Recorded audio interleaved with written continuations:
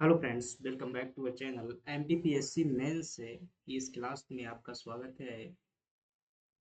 Daily test के according आज जो है हमारा भारतीय इतिहास की आंसर राइटिंग का दिल्ली सल्तनत के अंतर्गत गुलाम वंश से संबंधित क्वेश्चन हैं और कुछ क्वेश्चन जो है खिलजी वंश से हैं।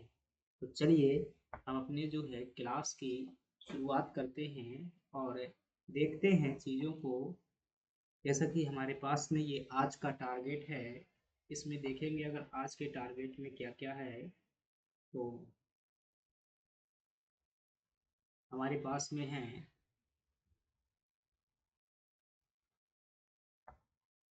पहला क्वेश्चन है आराम शाह, दूसरा क्वेश्चन है सिजदा और पैबोस, तीसरा क्वेश्चन है तराइन का युद्ध, चौथा है मलिक काफूर, इसी प्रकार से खुसरो शाह। ये सभी के सभी क्वेश्चन जो है आपके 2 मार्कर प्रश्न हैं। देन इसके बाद में जो है ये आपके दो प्रश्न 6 मार्कर हैं और देन इसके बाद यह जो है आपका 10 मार्कर प्रश्न है। इसके लिए शब्द सीमा हमारी 200 होगी, इनके लिए 60 शब्द होगा और इनके लिए आदर्श शब्द सीमा जो है एमपीपीएससी द्वारा 10 बताई गई है। आप अपने समायोजन के अनुसार पर इसे लिख सकते हैं। यदि आपकी बात यानी कि प्रश्न का भाव 15 शब्द में स्पष्ट होता है तो आपको 15 देने चाहिए। यदि 8 शब्द में भी आपका प्रश्न का भाव स्पष्ट हो रहा है तो 8 शब्द में भी आप जो है इसका क्या कर सकते हैं, आंसर दे सकते हैं। तो चलिए अपने भी हम जो है क्लास की इसकी शुरुआत करते हैं। जानकारी के लिए अगर आप जो है कॉपी चेक करवाना चाहते हैं या फिर जो है एमपीपीएससी प्री के लिए जो है टेस्ट देना चाहते हैं तो क्या करेंगे, आप यह जो है टेलीग्राम ग्रुप ज्वाइन करेंगे जो कि है जीएस क्विज चैंपियन ग्रुप है। और जो है यहाँ से आप ज्वाइन कर लेंगे। इसका लिंक आपको डिस्क्रिप्शन बॉक्स में भी मिल जाएगा या फिर टेलीग्राम में सर्च करेंगे तब भी वहाँ मिल जाएगा। चलिए अब हम एक एक प्रश्नों को देखते हैं। हमारे द्वारा जो है ये एक बेस्ट है, अपनी योग्यता के अनुसार पर जो है बेस्ट जो है आंसर राइटिंग की गई है जो कि आपके सामने प्रस्तुत है। यदि आप इतना लिख देते हैं तो निश्चित रूप से आपका आंसर उस कॉपी में शामिल होगा जो कि एक अच्छी कॉपी मानी जाती है। क्योंकि ये जो है इतने पर लिखना संभव नहीं है। क्यों? क्योंकि समय की सीमा होती है वहाँ पर। ये आपकी समय की सीमा का अंतर आप जो है अपने लगातार अभ्यास से संभव कर पाएंगे। चलिए हम देखते हैं दिल्ली सल्तनत के अंतर्गत जो है हमारा पहला क्वेश्चन है वो है आराम शाह है। अब जब हम आराम शाह की बात करते हैं तो दिल्ली सल्तनत में सबसे पहले जो है कुतुबुद्दीन ऐबक जो है शासक होता है। कुतुबुद्दीन ऐबक है और कुतुबुद्दीन ऐबक के बाद में जो है कौन शासक बनता है, वो बनता है आराम शाह जो है कुतुबुद्दीन ऐबक के बाद में जो है शासक बन जाता है। अब जैसा कि नाम है इसका आराम शाह है तो नाम से ही स्पष्ट है कि यह जो है एक आराम करने वाला व्यक्ति था। ऐसा कुछ नहीं, इसका अर्थ कुछ नहीं होता है, लेकिन यह एक क्या था, ऐबक का जो है पुत्र था और यह एक जो है अयोग्य शासक था। कैसा था? यह एक अयोग्य शासक था और जो भी अमीर थे, राजा मंत्री थे, उन्होंने ऐसी गुजारिश की जो कि एक योग्य गवर्नर था जिसका नाम था इल्तुतमिश। इल्तुतमिश को कई लोगों ने सिफारिश की और कहा कि इस व्यक्ति को शासन से हटाइए और दिल्ली सल्तनत का शासन संभालिए। तब इल्तुतमिश वहाँ पर आता है और इसको अपदस्थ कर देता है और इसकी गद्दी पर बैठ जाता है और इल्तुतमिश शासन करने लगता है। तो कोई खास बात नहीं है इसकी, लेकिन 2 मार्कर के लिए आपका जो है प्रश्न है। देखते हैं क्या क्या लिखेंगे।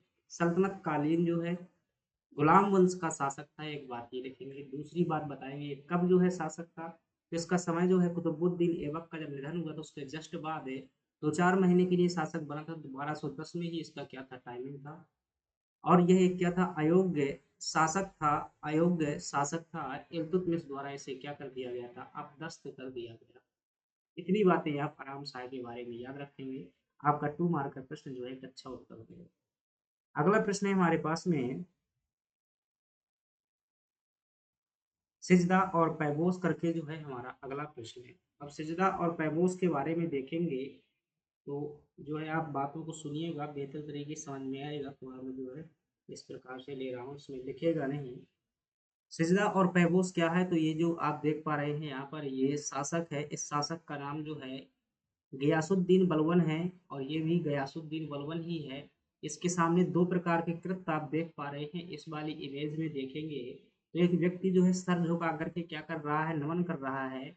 और ये व्यक्ति जो है क्या है, सुल्तान यानी कि बलवन के जो है पैर चूम रहा है। तो यही क्या है, सिजदा और पैबोस है।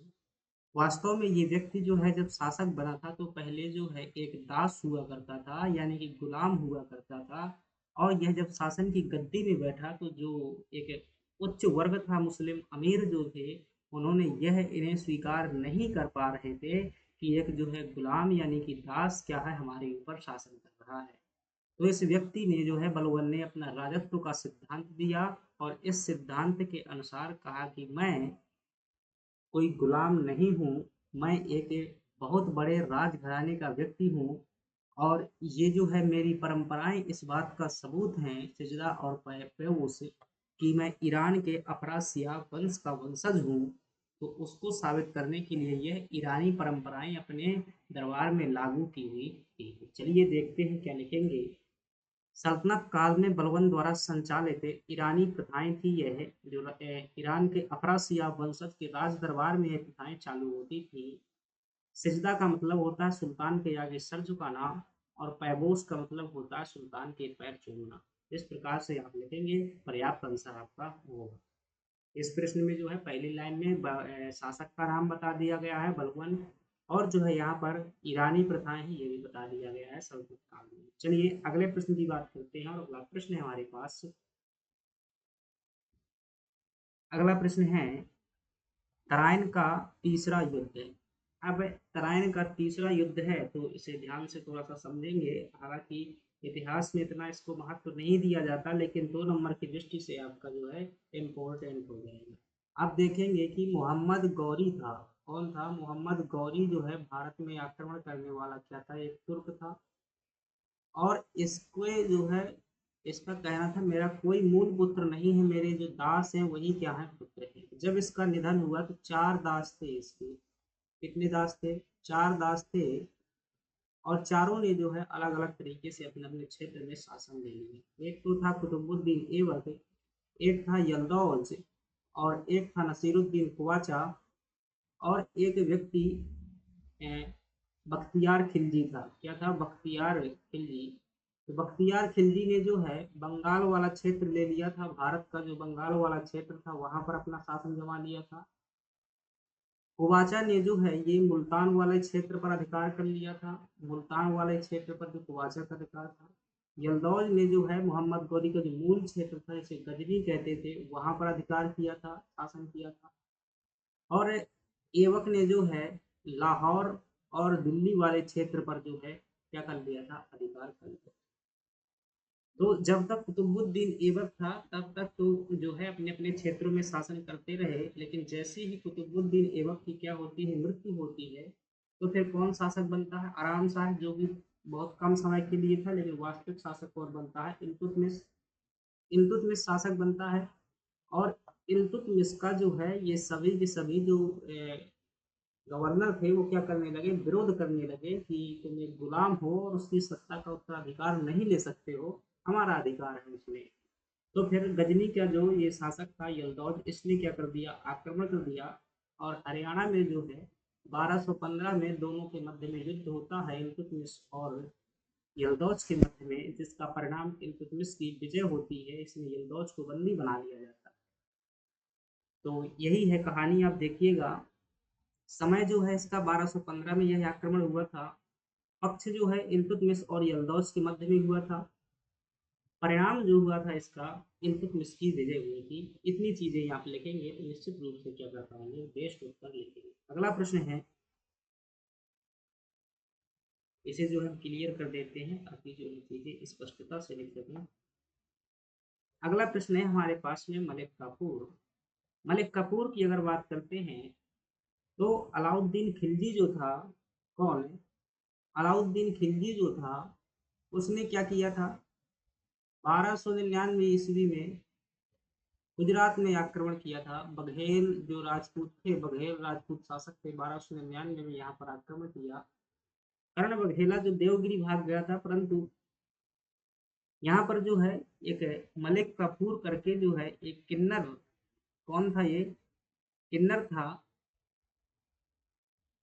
एक है, इसके लिए अलग ही भाषा कई बार जो है शब्द प्रयोग में ले लेते हैं, हिजड़ा शब्द प्रयोग में लेते हैं, लेकिन यह जो है अभद्र शब्द होता है, इस प्रकार के शब्द जो है प्रयोग में नहीं लेना चाहिए। किन्नर जो है था ये कौन, मलिक कपूर।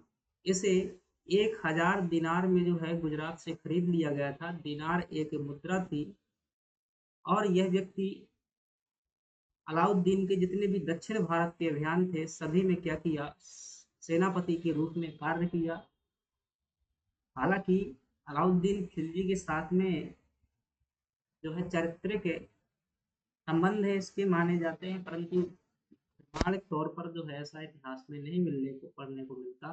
कई बार जो है ऐसी जानकारी मिलती है कि ऐसा हुआ था, लेकिन इतिहासकार जो है एक पक्ष ही मानता है, इसमें प्रमाणिक जानकारी नहीं मिलती। तो मलिक कफूर के बारे में हमें जो है बहुत सारी बातें हैं जो 2 नंबर में लिख सकते हैं कि कौन था ये, गुजरात का जो है हिंदू दास था। क्या था, हिंदू दास था। जब इसे पकड़ लाया गया तब बाद में इसने इस्लाम स्वीकार कर लिया। उपनाम इसका हजारी दिनार है। विशेष बात हो जाएगी कि अलाउद्दीन खिलजी के दक्षिण अभियानों का क्या किया था इसने, नेतृत्व किया था। बाद में हालांकि अलाउद्दीन खिलजी को बहुत जो है इसने जहर दे करके जो है धीरे धीरे करके मारा था। लास्ट प्रश्न है हमारा 2 मार्कर का, खुसरो शाह। खुसरो शाह देखिएगा, ये खुसरो शाह जो था सबसे पहले देखेंगे अलाउ खिलजी राजवंश में तो जलालुद्दीन खिलजी शासक बनता है, और जलालुद्दीन खिलजी के बाद में जो है इसकी हत्या करके भतीजा अथवा दामाद इसी का अलाउद्दीन खिलजी शासक बनता है। और अलाउद्दीन खिलजी के पश्चात में जो शासक बनता है वो बनता है जैसे ही अलाउद्दीन खिलजी की मृत्यु होती है तो ये व्यक्ति यानी कि अलाउद्दीन खिलजी का जो सेनापति थे मलिक काफूर ने अलाउद्दीन खिलजी के बड़े बेटे मुबारक शाह खिलजी को क्या कर लिया, मुबारक शाह खिलजी को बंदी बनवा दिया और छोटे बेटे शिहाबुद्दीन उमर को जो है क्या बनवाया, शासक बनवाया। इसने मलिक काफूर ने। और इस मुबारक शाह खिलजी ने एक दूसरा षड्यंत्र खेला, जेल में रहते हुए ही शिहाबुद्दीन उमर और मलिक काफूर दोनों की क्या करवा दी, हत्या करवा दी। फिर कौन शासक बना, मुबारक शाह बना। और मुबारक शाह खिलजी के जो है प्रधानमंत्री के तौर पर खुसरो शाह था। और फिर बाद में जो है खुसरो शाह जो है 4 महीने के लिए क्या बनता है, शासक बनता है। एक विशेष बात है कि यह एकमात्र नहीं मतलब प्रथम भारतीय था जो कि सल्तनत काल में शासक बना हुआ था, क्योंकि ये पहले हिंदू था, बाद में इसने इस्लाम स्वीकार कर लिया था, लेकिन भारतीय मुस्लिम था ये। मुबारक शाह खिलजी का जो है प्रधानमंत्री था। खिलजी वंश का अंतिम शासन भी किया हुआ था, ये 4 माह तक शासक बना था और सल्तनत कालीन प्रथम भारतीय मुस्लिम शासक था। इतनी चीजें आप क्या करेंगे, लिख देंगे।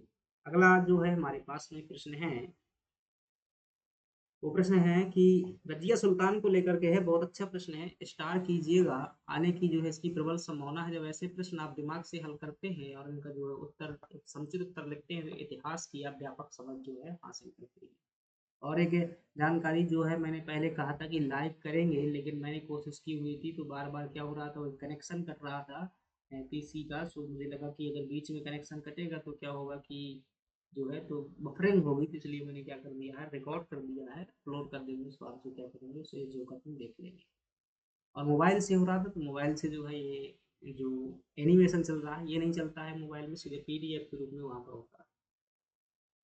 प्रश्न है आपके सामने कि अगर जो है रजिया सुल्तान को लेकर प्रश्न है कि अगर रजिया सुल्तान महिला ना होती तो उसका नाम दिल्ली के महान सुल्तानों में होता। टिप्पणी कीजिए, महान सुल्तानों कहिए या यूँ कहिए कि महान शासकों में जो है रजिया का नाम आता। इस पर क्या करना है, आपको बताना है कि ऐसा क्यों, ऐसा क्या था कि मतलब उसके अंतर्गत महान थी लेकिन फिर भी वह जो है कि महान नहीं कहा जाता। देखिएगा, ये परिचय के रूप में आप देखेंगे, ये आपके सामने परिचय लिखा हुआ है कि रजिया सुल्तान जो है इल्तुतमिश के पश्चात है 1236 से 1240 के मध्य तक दिल्ली सल्तनत में शासन करने वाली प्रथम महिला शासिका थी। वह है, अब ऐसे डैश करके आपको लिखेंगे कि उसकी योग्यताएं बताना है कि वो सभी योग्यताएं थी जो कि एक अच्छे शासक में योग्यताएं होती हैं। अब देखिए रजिया सुल्तान जो है अगर जो है पुरुष होती तो देखिए पहली बात तो ये थी, जरा देख लेते हैं उत्तर फिर समझाएंगे हम इसको। उसके अंतर्गत जो है वह एक क्या थी, योग्य तथा कूटनीतिक शासक थी, जो कि अच्छे शासक की विशेषता होती है। वह एक कुशल सेनापति थी तथा निरंकुश शासन तंत्र की संस्थापिका थी। वह महत्वाकांक्षी महत्वाकांक्षी जो है एक शासक थी, स्वेच्छाचारी एवं निरंकुश शासक थी और चतुर कूटनीतिज्ञ थी। तो ये एक अच्छे शासक की विशेषताएं होती हैं, जो उसमें सभी विशेषताएं विद्यमान थी, परंतु फिर भी उसका शासन बहुत लंबे समय तक नहीं चला। इसका कारण ये था कि जो मुस्लिम अमीर थे, कौन, जो मुस्लिम अमीर थे, वो यह नहीं स्वीकार कर पा रहे थे कि एक महिला जो है हमारे ऊपर जो है क्या करें, शासन करे। क्योंकि यह जो है रजिया सुल्तान ने अपनी सभी मूल परंपराओं का त्याग कर दिया। आप जानते हैं कि पर्दा प्रथा जो है हिंदुओं से ज्यादा मुस्लिम समाज में प्रचलित। रजिया सुल्तान ने पर्दा मतलब मुंह खोल करके क्या किया, दरबार में शासन करना, टोपी पहन करके, कुबा कोट पहन करके शासन करना प्रारंभ किया। तो ये बात जो है मुस्लिम अमीरों को ऐसा लगा कि हमारी संस्कृति के पतन का कारण हो सकती है कि सभी महिलाएं कालांतर में ऐसा करेंगी और शासन करने लगेंगी। तो फिर क्या हो गए, अमीर जो है इनके विरोधी हो गए और जो बहराम शाह था उसका क्या कर दिया, समर्थन कर दिया। जिससे क्या हुआ कि बाद में जो है रजिया की हत्या की। दूसरी बात जो है इसका एक ये भी कारण बताया जाता है, याकूत खान करके जो एक अब्सीनियाई दास था, इसने जो है उसके प्रेम प्रसंग को लेकर के भी क्या है, निंदा करते रहते थे कि जो है उसके साथ में, एक दास के साथ में प्रेम प्रसंग है, जो कि इस कारण से भी क्या किया, एक पतन का ये भी कारण बन जाता। अगर वह महिला न होती तो ये प्रथाएं उस पर आरोप न लगते, और बहुत अच्छे उसके पास में क्या थे, योग्यता थी। अगर पुरुष होती तो वो यही योग्यता एक बेस्ट शासक से बना देती। यही इसका प्रश्न का उत्तर है। अतः इस बात से इनकार नहीं किया जा सकता कि वह इल्तुतमिश के उत्तराधिकारियों में सर्वश्रेष्ठ थी। यदि वह महिला ना होती तो निश्चित ही उसका नाम सफल शास्त्र में होता। योग्य देखिएगा, इन पॉइंटों को समझना चाहते हैं और गहराई से। योग्य था, कूटनीतिज्ञ शासक थी, भाई कूटनीतिज्ञ तो थी, तभी तो उसने क्या किया था, यकूत खान जो एक बहादुर व्यक्ति था उससे क्या किया, प्रेम प्रसंग किए। साथ ही साथ जब अल्तूनिया जो भटिंडा का गवर्नर था, उसके सामने जो मतलब क्या हो गया, वो सभी चारों ओर से फंस गई कि मतलब कोई रास्ता नहीं बचा। तो उससे क्या कर ली थी उसने, अल्तूनिया के गवर्नर, अल्तूनिया जो था भटिंडा गवर्नर, उससे क्या कर लिया, विवाह कर लिया। और सत्ता पाने के लिए जो क्या किया था, उसने जनता के सामने जो है न्याय मांगा था। तो निरंकुश से मतलब एक व्यक्ति का शासन के खिलाफ थी, महत्वाकांक्षा भी थी, उसने अपनी गद्दी के लिए सब कुछ स्वीकार कर लिया था। तो ये सभी विशेषताएं थी जो एक अच्छे शासक में होती है, परंतु खास बात जो महिला थी और मुस्लिम अमीर इस बात को स्वीकार नहीं कर पाए। चलिए अगले प्रश्न की बात करते हैं। और अगला प्रश्न है हमारे पास में, कश्मीर के जो है प्रमुख सल्तनत कालीन राजवंश पर टिप्पणी कीजिएगा। तो देखिए इस प्रश्न को जो है आपको लिखना है, कैसा लिखना है, सबसे पहले जो है आप एक लाइन में इसमें क्या बता दीजिएगा, परिचय बताइएगा। इसके बाद जो है यहाँ पर राजवंश करके हेडिंग डाल सकते हैं। तीन राजवंश थे यहाँ पर कश्मीर में जो सल्तनत काल में मुख्यतः हुए हैं। एक था आपका कारकोट वंश, एक था आपका यहाँ पर लोहार वंश, और एक था यहाँ जो है एक और वंश था, कारकोट वंश, लोहार वंश, और एक था आपका उत्पल वंश। और इनके जो है संस्थापक बता दीजिएगा, खास खास जो बातें हैं और बताएंगे। चलिए देखते हैं क्या क्या बताना है आपको। तो सबसे पहले परिचय बताएंगे आप कि कश्मीर के इतिहास की जानकारी हमें कल्हड़ यहाँ पर लिखेंगे, कल्हड़ द्वारा रचित राजतरंगिणी से प्राप्त होती है। कश्मीर में निम्नलिखित राजवंश सल्तनत काल में रहे हैं। कौन कौन से? पहला राजवंश है आपका कौन सा, उत्पल वंश। इसका संस्थापक जो था अवंती वर्मन था। रानी दिद्दा जो है इस राजवंश की प्रमुख शासिका रही है। 50 वर्षों तक जो है रानी दिद्दा ने है यहाँ पर जो है शासन किया था। इनका शासन काफी फेमस है। देखिएगा, रानी दिद्दा उत्पल वंश की क्या थी, महारानी थी, महारानी थी। इनका विवाह जो है उत्पल वंश के जो राजकुमार थे क्षेमेंद्र, उनसे विवाह हुआ था, लेकिन बाद में क्षेमेंद्र की मृत्यु हो जाती है। तो फिर क्या है, रानी विद्या शासन करती है। अगला है कि लोहार वंश जो दूसरा वंश था, इसकी स्थापना संग्राम राज ने की थी। जो है प्रमुख कवि जो कल्हड़ रहे हैं, वो लोहार वंश के शासक राजा हर्ष के दरबार में रहते थे, और रानी जो दिद्दा थी, रानी दिद्दा इस राजवंश की क्या थी, राजकुमारी थी। इनका विवाह उत्पल वंश में हुआ था। अगला प्रश्न है कारकोट वंश। इसकी स्थापना दुर्लभवर्धन ने की थी, और प्रमुख शासक जो है इस राजवंश का प्रमुख शासक था, इसका नाम था ललितादित्य।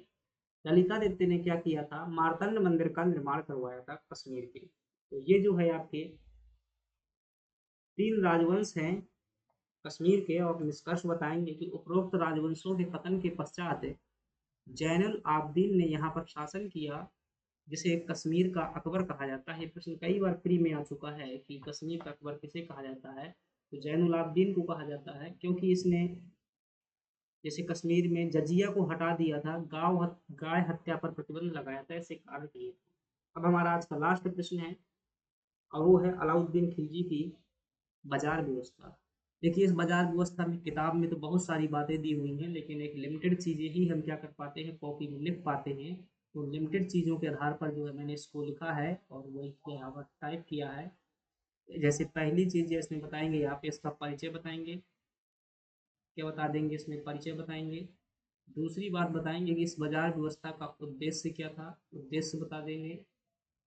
और तीसरी बात इसमें बता देंगे कि इस बाजार का जो है प्रमुख है अधिकारी कौन था, ये बता देंगे, प्रमुख अधिकारी को लेकर के। चौथी बात इसमें बता देंगे कि प्रमुख बाजार कौन कौन से थे, 3-4 प्रकार के बाजार होते थे, प्रमुख बाजार कौन से थे।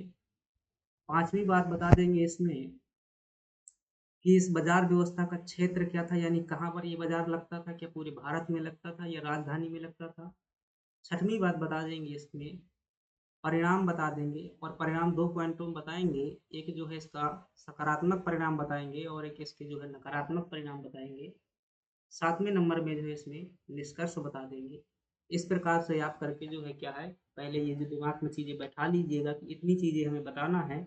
एक ये मोस्ट इम्पोर्टेंट क्वेश्चन है, जो है आता रहता है बार बार, तो उसे जो है याद रखिएगा। इतनी चीज़ें आपको बताना है। चलिए, इन्हीं को जो है मैंने क्या थोड़ी सी भाषा में लिखा हुआ है, देखिएगा। दिल्ली सल्तनत के अंतर्गत खिलजी वंश के सुल्तान अलाउद्दीन खिलजी ने अपने समय में एक मूल्य नियंत्रण प्रणाली लागू की, जिसे अलाउद्दीन खिलजी की बाजार व्यवस्था कहते हैं। थोड़ा सा और समझिएगा। अलाउद्दीन खिलजी जो है दिल्ली का क्या बनता है, ये सुल्तान बनता है, ठीक है। अब इसकी जो मानसिकता थी, इसे द्वितीय सिकंदर कहा जाता है। क्या कहा जाता है, द्वितीय सिकंदर कहा जाता है, क्योंकि इसने एक पूरे मतलब बहुत बड़े क्षेत्र को विजय करने का संकल्प लिया था। अब इसका मानना था कि अगर बहुत बड़े क्षेत्र को जीतना है, तो किसकी जरूरत है, एक बहुत विशाल सेना की आवश्यकता है। तो दिल्ली सल्तनत का पहला सुल्तान था अलाउद्दीन खिलजी, जिसने स्थायी सेना का गठन किया था। अब स्थायी सेना होगी तो बताओ इसको क्या देना होगा, वेतन देने की आवश्यकता पड़ेगी या नहीं पड़ेगी। अब एक जितनी बड़ी सेना होगी उतना ही ज़्यादा क्या है, वेतन की आवश्यकता होगी। और वेतन की पूर्ति के लिए क्या है, बहुत ज़्यादा टैक्स लगा दिया जाए। तो अलाउद्दीन खिलजी ने निश्चित रूप से 50% तक जो है गंगा यमुना दोआब पर टैक्स लगा दिया था। और दूसरी बात है कि जो चीज़ें बाजार में मिलती हैं, यानी कि जो भी है आपका अनाज है, गेहूँ चावल धनिया मिर्चा नून तेल जो भी है आपका, ये सभी चीज़ें मिलती हैं, इनका मूल्य जो है क्या कर दिया जाए, कम कर दिया जाए। अगर जो महंगाई क्या हो जाएगी, कम हो जाएगी, तो सैनिकों की आवश्यकताएं बहुत कम पैसों में पूर्ति हो जाएंगी। और जब कम पैसों में पूर्ति हो जाएंगी तो फिर क्या है, सेना को कम वेतन देना पड़ेगा। तो यही कारण था कि अलाउद्दीन खिलजी ने अपने दिमाग का प्रयोग करते हुए बाजार में जो है मूल्य बहुत कम करवा दिए थे।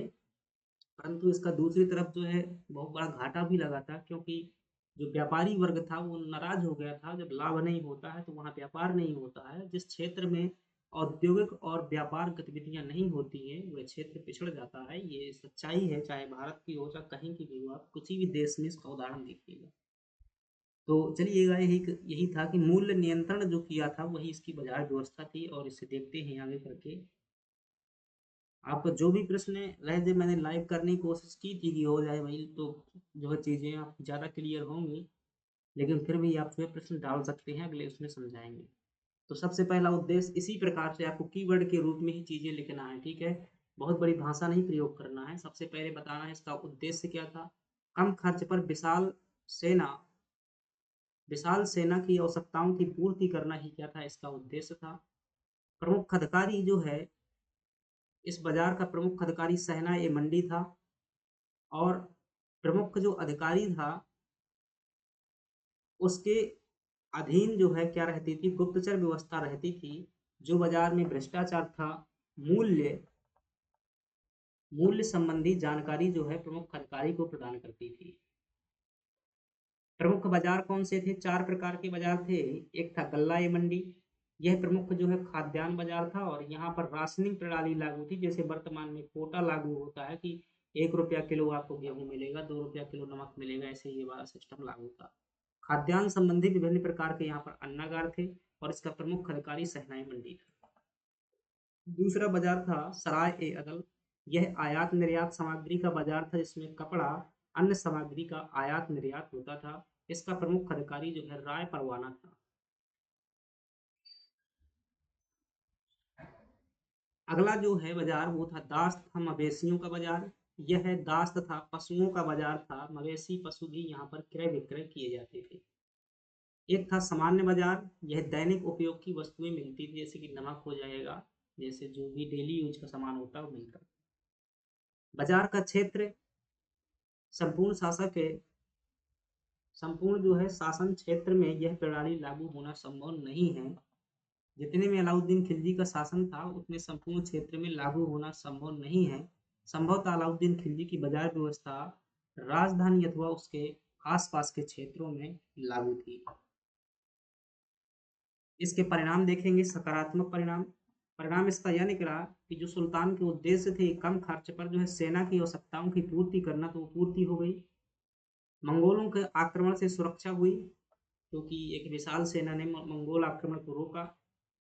जनजीवन का जो है कल्याण हुआ। जैसे अब क्या है भाई, 2 रुपया किलो मिलेगा गेहूं, तो गरीबों का क्या होगा, कल्याण होगा। अब इसके नकारात्मक परिणाम भी कुछ हुए थे। नकारात्मक परिणाम थे कि बड़े जो था व्यापारों को आघात हुआ, क्योंकि जो है धनी वर्ग होता है, व्यापारी वर्ग होता है, वो किसके लिए काम करता है, प्रॉफिट के लिए काम करता है, लाभ के लिए। अगर लाभ नहीं होगा तो वो नहीं काम करेगा। तो फिर जब काम नहीं करता है तो उसके जो आसपास जो 10-15 लोगों 20 लोगों को रोजगार देता है, वो रोजगार भी नहीं उससे मिलता है, तो फिर ये एक अर्थव्यवस्था के पतन का कारण बन जाता है। राज्य के कर्मचारियों में क्या हुआ, असंतोष हुआ, क्योंकि कम वेतन पर ही जो है क्या है चीजें वो हो रही थी। भ्रष्टाचार जब नियंत्रण कर दिया था तो लोग जो रिश्वत नहीं ले पाते थे, तो फिर बहुत कम उन्हें पैसा मिलता था। इसका मानना था कि जितना भ्रष्टाचार करोगे उतना मांस निकाल लेंगे आपके शरीर से। जैसे जो व्यापारी था वो तौलने वाला था, शायद जो है 50 ग्राम कम तौलता था, तो ऐसा कहते हैं कि 50 ग्राम उसके शरीर से मांस निकाला जाता था। तो इससे जो है जो सरकारी कर्मचारी थे वो नाराज हो गए। किसान की दयनीय स्थिति हो गई। भाई 50% तक टैक्स लगा दिया था इसने, कहाँ पर, गंगा यमुना दुआब पर। अब आधा जो है टैक्स के रूप में चला जाएगा, तो फिर क्यों नाराज होंगे।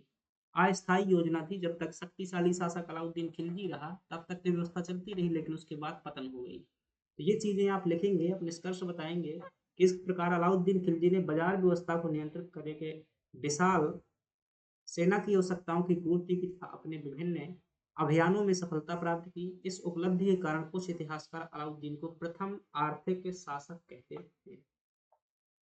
तो इस प्रकार से हमारी चीजें जो है क्या हुई, कंप्लीट हुई। और हमने क्या कि ये दिल्ली सल्तनत में जो है गुलाम वंश और खिलजी वंश संबंधित जो है ये प्रश्न देखे। अभी ये टॉपिक पूरा नहीं हुआ है। अभी मुझे यहाँ पर जो एक क्वेश्चन स्थापत्य को लेकर के करवाएंगे, क्योंकि स्थापत्य अच्छी है। इल्तुतमिश जो है एक शासक परीक्षा की दृष्टि से इम्पोर्टेंट है, इल्तुतमिश को देखेंगे। और जो गयासुद्दीन बलबन है, बलबन का जो है एक राजत्व सिद्धांत, ये इम्पोर्टेंट है, ये भी परीक्षा की दृष्टि से इम्पोर्टेंट है। और तो ये इतने क्वेश्चन इंपॉर्टेंट इनको देखेंगे और इन्हीं के हिसाब से जो करेंगे। अलाउद्दीन खिलजी के अभियान भी जो है इम्पोर्टेंट है, तो देखेंगे। चाहे वो राणा रतन सिंह के यहाँ पर जो है चित्तौड़ अभियान हो, ये सभी को देखेंगे। चलिए, अब जो है क्लास समाप्त हुई। आप जो है ग्रुप ज्वाइन कीजिएगा, वहाँ पर डेली प्री के लिए टेस्ट होता है, वहाँ भी जो है आप लोग आइएगा। चलिए, धन्यवाद।